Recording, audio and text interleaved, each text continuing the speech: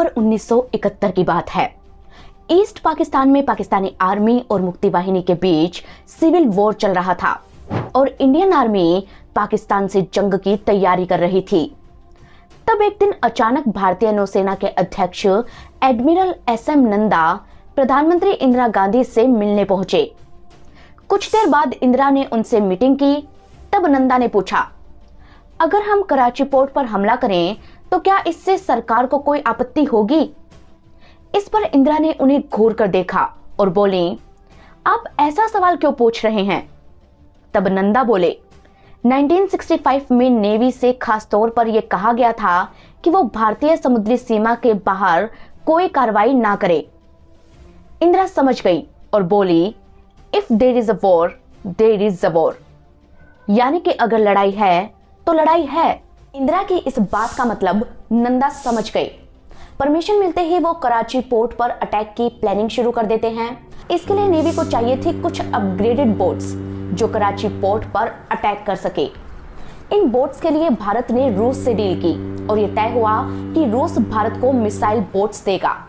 कहते हैं कि उन दिनों नंदा ने ब्लिट्ज न्यूज़पेपर को एक इंटरव्यू दिया था जिसमें उन्होंने कहा था, मैंने नौसेना के अपने करियर की शुरुआत कराची से की थी, इसीलिए मुझे कराची पोर्ट के पूरे लेआउट का अंदाजा है। अगर हमें मौका मिलता है तो हम कराची पोर्ट पर आग लगाने से चूकेंगे नहीं। लेकिन अब आप ये सोच रहे होंगे कि एडमिरल नंदा पाकिस्तान पर अटैक करने के लिए इतना बेकरार क्यों थे? इसकी वजह थी 1965 का भारत पाकिस्तान युद्ध। उस जंग में पाकिस्तान कश्मीर और पंजाब में बुरी तरह मात खा रहा था। इसीलिए पाकिस्तानी नेवी ने अपने वॉरशिप पीएनएस खैबर का सहारा लिया और गुजरात के द्वारका नेवल बेस पर मिसाइल अटैक कर दिया। इंडियन नेवी के रडार और लाइट हाउस खैबर के मेन टारगेट थे। उसने एक के बाद एक लगातार कई मिसाइलें बरसाई जिन्होंने रेलवे गेस्ट हाउस समेत कुछ इमारतों को नुकसान भी पहुंचाया। कहते हैं कि उस वक्त इंडियन नेवी पाकिस्तान के इस हमले का जवाब देना चाहती थी, लेकिन सरकार ने स्ट्रेटेजिक रीजंस की वजह से उसे रोक लिया और डिफेंसिव मोड में ही रहने के लिए कहा।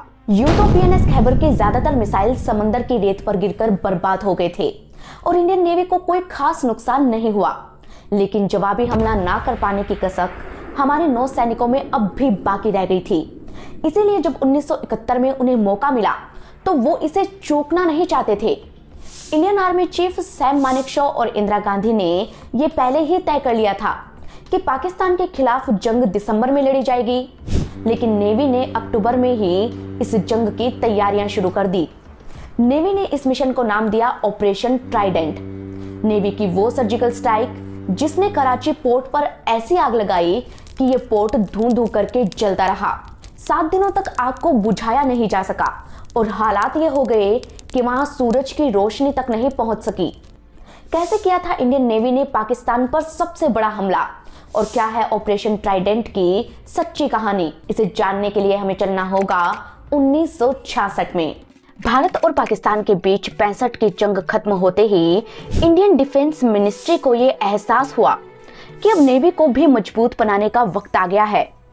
इसके लिए भारत के उस वक्त के रक्षा मंत्री यशवंत राव चौहान ने ब्रिटेन से मॉडर्न सबमरीन खरीदने के लिए बात की, लेकिन ब्रिटेन मॉडर्न पनडुब्बियों की बजाय बेकार पड़ी 20 साल पुरानी पनडुब्बियां देने की पेशकश करता है। ब्रिटेन के इस रुख से चौहान को काफी गुस्सा आया और एक डेलीगेशन को लेकर वो यूएसएसआर पहुंचे। मॉस्को ने इस इंडियन डेलीगेशन का खुले दिल से वेलकम किया और सबमरीन के साथ साथ फ्रिगेट, लैंडिंग शिप और मिसाइल बोट्स देने के लिए भी तैयार हो गया। रूस के नेवी चीफ एडमिरल गोर्शकोव इस एग्रीमेंट का लेआउट तैयार करते हैं, जिसके मुताबिक इंडिया को ये सबमरीन और फ्रिगेट अगले 3 साल में मिलने थे। 5 जुलाई 1967 रूस से पहला सबमरीन विशाखापट्टनम पहुंचा। नाम था आईएनएस कलवरी। इसके बाद लैंडिंग शिप और फ्रिगेट पहुंचे और अब बारी थी मिसाइल बोट्स की। लेकिन मिसाइल बोट्स को भारत भेजने से पहले कैप्टन के नैयर की लीडरशिप में इंडियन नेवी की एक टीम को रूस के व्लादिवोस्तोक सिटी में ट्रेनिंग के लिए भेजा जाता है, जहां उन्होंने देखा कि इन बोट्स का निशाना बेहद सटीक था। भारतीय नौसैनिक न सिर्फ इन्हें चलाना सीखते बल्कि साथ ही साथ रशियन लैंग्वेज में भी कमांड हासिल कर लेते हैं। लेकिन असली समस्या पैदा होती है इन बोट्स को भारत भेजने के वक्त। वो समस्या क्या थी, इस बारे में जर्नल इयान कार्डोजो ने अपनी किताब में बताया है। उन्होंने अपनी किताब 1971 stories of greet and glory from India Pakistan war में लिखा है कि रूस की ये मिसाइल बोट्स तेज स्पीड से चलती थीं, लेकिन समस्या ये थी कि इतनी स्पीड की वजह से ये फ्यूल बहुत पीती थीं और किसी भी हालत में ये 500 नॉटिकल माइल्स से आगे नहीं जा सकती थीं। इसके अलावा ये नीची नौकाएं थीं, जिसकी वजह से समंदर की ऊंची लहरें इनके ऊपर से निकल सकती थीं। इसलिए उन्हें वॉरशिप पर लोड करके भेजा गया। जनवरी 1971 रूस से 8 मिसाइल बोट्स भारत आती हैं, जिनमें से हर एक का वजन करीब 180 टन था। सबसे पहले इन्हें मुंबई पोर्ट पर लाया जाता है, लेकिन समस्या ये थी कि इतने भारी बोट्स को उतारने के लिए मुंबई पोर्ट पर कोई क्रेन अवेलेबल ही नहीं थी। इसीलिए इन्हें कोलकाता ले जाया गया, जहां क्रेन से इन्हें पोर्ट पर उतारा गया। लेकिन अब समस्या ये थी कि इन्हें मुंबई कैसे ले जाया जाए, क्योंकि ये तो 500 नॉटिकल माइल से आगे चल ही नहीं सकती थी। तब लेफ्टिनेंट कमांडर क्वात्रा ने एक टॉइंग गैजेट बनाया, जिसकी मदद से 8 अलग अलग वॉरशिप इन 8 अलग अलग मिसाइल बोट्स को टो करके, या कहें कि बकायदा घसीट करके कोलकाता से मुंबई ले गए। मुंबई में इन मिसाइल बोट्स के साथ युद्धाभ्यास किया गया और इनका निशाना देख हर कोई दंग रह गया। ये इतना सटीक था कि नौसेना को यकीन हो गया कि वो कराची पोर्ट को तबाह करने में कामयाब हो जाएंगे और उनमें जंग लड़ने का कॉन्फिडेंस आ गया। इसके बाद नेवी के कुछ सिलेक्टेड ऑफिसर्स मीटिंग करते हैं और ये तय करते हैं कि वो इन बोट्स का इस्तेमाल सिर्फ डिफेंस के लिए नहीं, बल्कि अटैक के लिए भी करेंगे। कमांडर विजय जयरथ से इस बारे में प्लान तैयार करने के लिए कहा जाता है।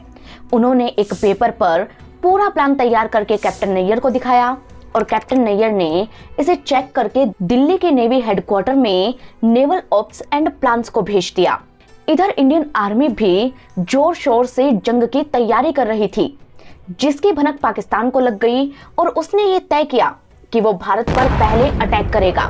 23 नवंबर 1971 पाकिस्तान के राष्ट्रपति याह्या खान ने देश में इमरजेंसी लगा दी और युद्ध के लिए तैयार रहने को कहा। पाकिस्तान के इस ऐलान की खबर भारत को भी लग जाती है और इसी के साथ इंडियन नेवी कराची पोर्ट पर हमले की प्लानिंग में जुट जाती है। उस वक्त कराची पोर्ट भारत के लिए सबसे बड़ा सिरदर्द था। ऐसा इसलिए क्योंकि पाकिस्तान जब भारत से जंग की तैयारी कर रहा था, तब टर्की, यूएसए और अलग अलग गल्फ कंट्रीज उसकी मदद कर रहे थे। ये बड़े बड़े कार्गो शिप में हथियार और बाकी सामान लोड करके पाकिस्तान भेजते, जो अरेबियन सी से होते हुए कराची पोर्ट पर उतरते थे।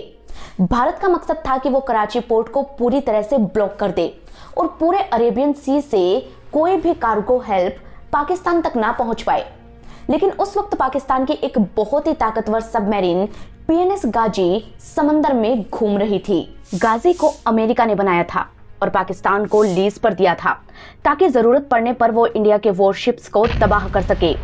लेकिन 3 दिसंबर को जब पीएनएस गाजी भारत के आईएनएस विक्रांत को टारगेट करने के लिए विशाखापट्टनम पहुंची, तब वो भारत के एक डिस्ट्रॉयर की रेंज में आ गई।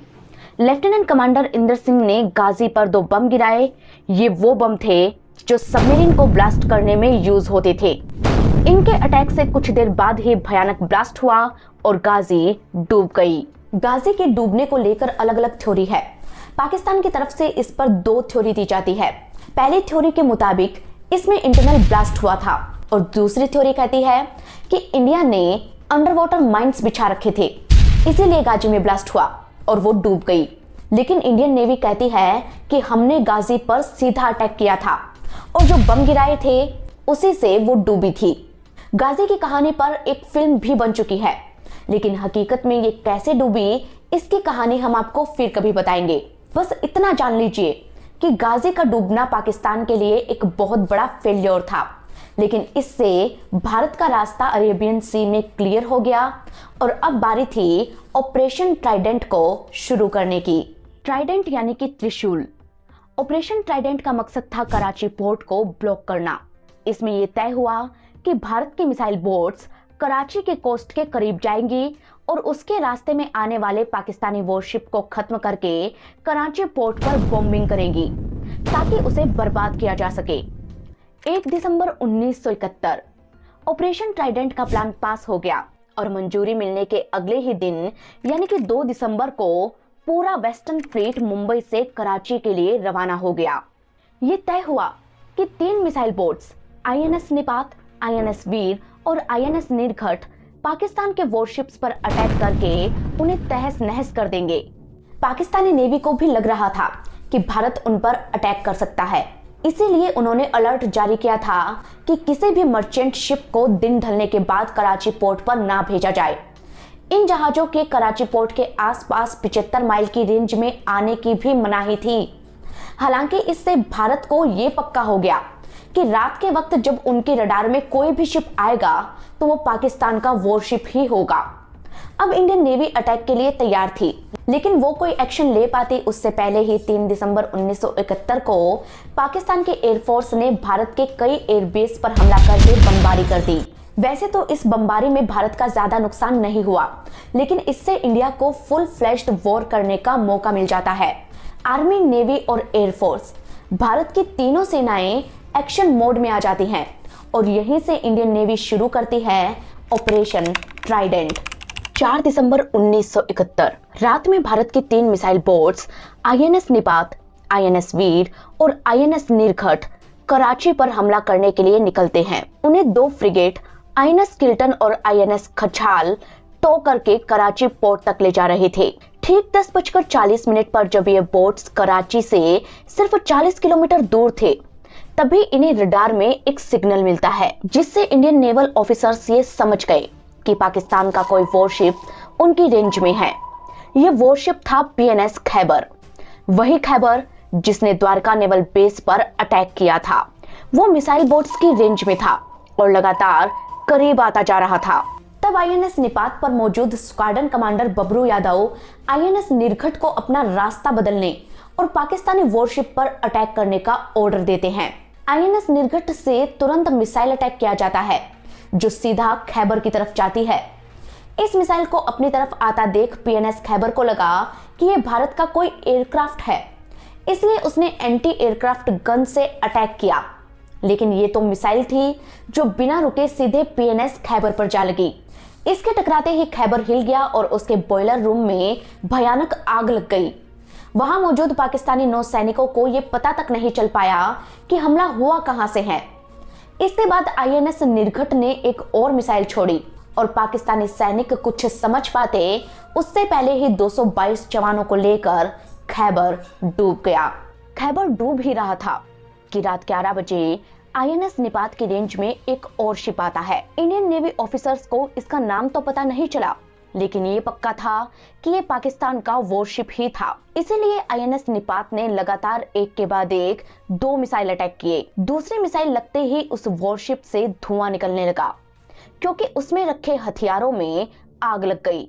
बाद में लंदन के रॉयल रजिस्टर ऑफ शिपिंग से पता चला कि ये पाकिस्तान का वॉरशिप एमवी वीनस चैलेंजर था, जो अमेरिका से हथियार लेकर पाकिस्तान जा रहा था। इसे 5 दिसंबर को पाकिस्तान पहुंचना था। केपी गोपाल राव ने अपने आर्टिकल में लिखा कि उन्होंने रडार में देखा कि चैलेंजर के 2 टुकड़े हो गए और 8 मिनट के भीतर ही वो डूब गया। जब ये डूबा तब ये कराची से 26 माइल दूर साउथ में था। इसके बाद बारी आई मिसाइल बोट वीर की। वीर ने 11:20 पर एक मिसाइल अटैक किया, जिसका निशाना था पाकिस्तानी वॉरशिप पीएनएस मुहाफिज। जैसे ही मिसाइल ने मुहाफिज पर हिट किया, वैसे ही उसमें आग लग गई। करीब 70 मिनट तक वो आग की लपटों से घिरा रहा और फिर 33 जवानों को लेकर कराची से 19 माइल साउथ में डूब गया। इंडियन नेवी को ये ऑर्डर मिले थे कि कराची की तरफ जितना हो सके मिसाइल अटैक किया जाए, और इसी तरह मिसाइल बरसाते बरसाते ये बोट्स कराची के बिल्कुल करीब पहुंच गए। तब आईएनएस निपात को अपने रडार में किमारी तेल टैंक दिखाई दिए। निपात तेजी से उनकी तरफ बढ़ा और जब रेंज सिर्फ 18 माइल रह गई, तब उसने तेल टैंकों पर मिसाइल अटैक कर दिया। पहली मिसाइल तो चूक गई, लेकिन दूसरी सीधे तेल टैंकरों में जाकर लगी और इससे इतना जबरदस्त विस्फोट हुआ कि किमारी तेल डिपो में आग लग गई। इसके बाद उन्होंने एक और मिसाइल अटैक पीएनएस ढाका पर किया, लेकिन उसके कमांडर ने उसे बचा लिया। हालांकि अब भारतीय नौसेना का मिशन पूरा हो चुका था। कहते हैं कि कराची पोर्ट के एक तरफ पाकिस्तानी नेवी का हेडक्वार्टर था और दूसरी तरफ किमारी तेल डिपो में आग लगते ही तेल टैंकर फटने लगे और पूरा कराची पोर्ट धू करके जलने लगा। इस कारनामे के तुरंत बाद नेवी कमांडर जैरथ ने अपने रेडियो पर मैसेज दिया, for pigeons happy in the nest rejoining. उनको जवाब मिला, F-15 से विनाश के लिए इससे अच्छी दिवाली हमने आज तक नहीं देखी। कहते हैं कि इन मिसाइलों ने कराची तेल डिपो में इतनी भयानक आग लगाई कि वहां धुएं का गुबार पैदा हो गया। तेल डिपो धू करके जल रहा था और इसमें लगी आग की लपटों को 60 मील दूर से भी देखा जा सकता था। ऑपरेशन ट्राइडेंट कामयाब हो चुका था और अब भारतीय नौसैनिकों को वापस लौटना था। उन्होंने तुरंत शिप को मोड़ा और सभी मिसाइल बोट्स को टो करके वो रातों रात मुंबई पोर्ट पर वापस आ गए। दुनिया हैरान थी क्योंकि इतने बड़े मिशन को अंजाम देने के बावजूद भारत के सभी नौसैनिक सही सलामत लौट आए थे। एडमिरल SM नंदा अपने autobiography the man who bombed Karachi में लिखते हैं, इसकी आशंका थी कि दिन के वक्त कराची के तट पर लगे रडार इन मिसाइल बोटों की गतिविधियों को पकड़ सकते थे और उन पर हवाई हमले का खतरा बन सकता था। इसीलिए तय किया गया कि हमला रात में किया जाएगा। सूरज डूबने से पहले तक ये मिसाइल बोट कराची में मौजूद युद्धक विमानों की पहुंच से बाहर रहेंगे। रात में तेजी से ये अपना काम करेंगे और सुबह होते होते फिर पाकिस्तानी वायुसेना की पहुंच से बाहर निकल जाएंगे। ऐसा हुआ भी। इंडियन नेवी ने रातों रात मिशन को अंजाम दे दिया, लेकिन पाकिस्तानी एयरफोर्स नेवी की मदद के लिए आगे ही नहीं आई। इसका फायदा ये रहा कि भारत के नौसैनिक अपना मिशन पूरा करके सुरक्षित लौट आए।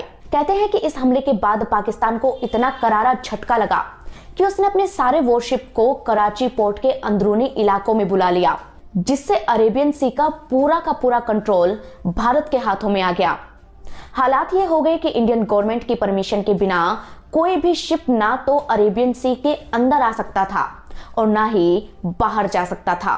वहीं कराची तेल डिपो की आग को तो 7 दिनों तक नहीं बुझाया जा सका। कहते हैं कि इस हमले के अगले दिन जब एयरफोर्स के फाइटर जेट्स कराची पर बमबारी करने गए तो उन्होंने बताया कि ये एशिया का सबसे बड़ा बोनफायर था। कराची पोर्ट पर इतना ज्यादा धुआं था कि यहाँ सूरज की रोशनी तक नहीं पहुंच पा रही थी। उधर रशियन नेवी के चीफ एडमिरल गोर्शकोव अपने सैटेलाइट के जरिए कराची पोर्ट पर बॉम्बिंग को देख पा रहे थे। वो इस नजारे को देख इतना खुश हुए कि वहां मौजूद अपने साथियों को गले से लगा लिया। हालांकि उस वक्त यूएस पाकिस्तान के साथ था और भारत के इस हमले के बाद उसने अपना 7वां बेड़ा पाकिस्तान की मदद के लिए भेजा। 7वें बेड़े में 50 से 70 वॉरशिप और सबमरीन, 150 फाइटर जेट्स और 20,000 नौसैनिक थे। लेकिन वो ढाका के करीब पहुंच पाता उससे पहले ही ये खबर लीक हो गई और रूस का जहाजी बेड़ा, जिसमें कई न्यूक्लियर शिप और सबमरीन थे, वो इंडियन नेवी की मदद के लिए पहुंच गया। नतीजा ये रहा कि इस जंग में यूएस का साथ मिलने के बावजूद पाकिस्तान अकेला रह गया और 16 दिसंबर को पाकिस्तानी आर्मी ने सरेंडर कर दिया। भारत ने इस जंग को जीत लिया और बांग्लादेश आजाद हो गया। इस जीत को हासिल करने में रूस का बहुत बड़ा योगदान था। इसीलिए जंग जीतने के बाद एडमिरल गोर्शकोव अपने फ्लीट के साथ मुंबई आए, जहां इंडियन नेवी ने उनके वेलकम के लिए INS विक्रांत पर एक सेरेमनी ऑर्गेनाइज की, जिसमें सभी नेवल ऑफिसर्स यूनिफॉर्म पहनकर शामिल हुए। मेजर जनरल कार्डोजो लिखते हैं कि गोर्शकोव ने भारत के एडमिरल नंदा से कहा कि वो उन 9 सैनिकों से मिलना चाहते हैं जिन्होंने मिसाइल बोट से कराची पर हमला किया था। तब नंदा ने उन्हें बताया कि मिसाइल बोट के कमांडर यहाँ नहीं आ पाएंगे क्योंकि उन्होंने यूनिफॉर्म नहीं पहना है, लेकिन गोर्शकोव उनसे मिलने के लिए बेकरार थे।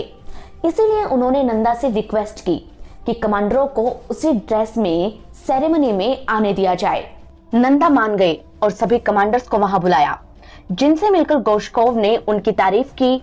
उन्होंने अपने सेरेमनी स्पीच में कहा कि आपके लिए ये जानना जरूरी है कि उस लड़ाई में आप अकेले नहीं थे। हम अमेरिका के 7वें बेड़े की गतिविधियों पर पूरी नजर रखे हुए थे। अगर जरूरी होता तो हम हस्तक्षेप भी करते, लेकिन आप लोगों ने जिस तरह हमारी मिसाइल बोटों का इस्तेमाल किया उसके हम सपने में भी कल्पना नहीं कर सकते थे। आपको बहुत बधाई। इंडियन नेवी की इस बहादुरी की याद में आज भी हर साल 4 दिसंबर को भारत में नेवी डे या कहें कि नौसेना दिवस मनाया जाता है। बहुत कम लोग जानते हैं कि 17वीं सदी के मराठा सम्राट छत्रपति शिवाजी महाराज को भारतीय नौसेना का जनक माना जाता है। इसीलिए नेवी के नए लोगों में शिवाजी का राज चिन्ह उकेरा गया है। भारत की नौसेना आज दुनिया की चौथी सबसे ताकतवर जल सेना है, जिसकी बहादुरी को भारत ही नहीं बल्कि बांग्लादेश भी सैल्यूट करता है। तो दोस्तों, ये थी नेवी की बहादुरी की कहानी। लेकिन 1971 की जंग में आर्मी और एयरफोर्स की बहादुरी के किस्से अब भी बाकी है।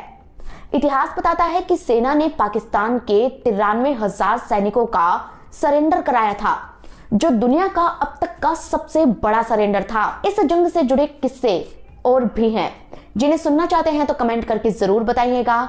और जाने से पहले ये बताना ना भूलें कि आप हमें कहां से देख रहे हैं और ये रिपोर्ट आपको कैसी लगी।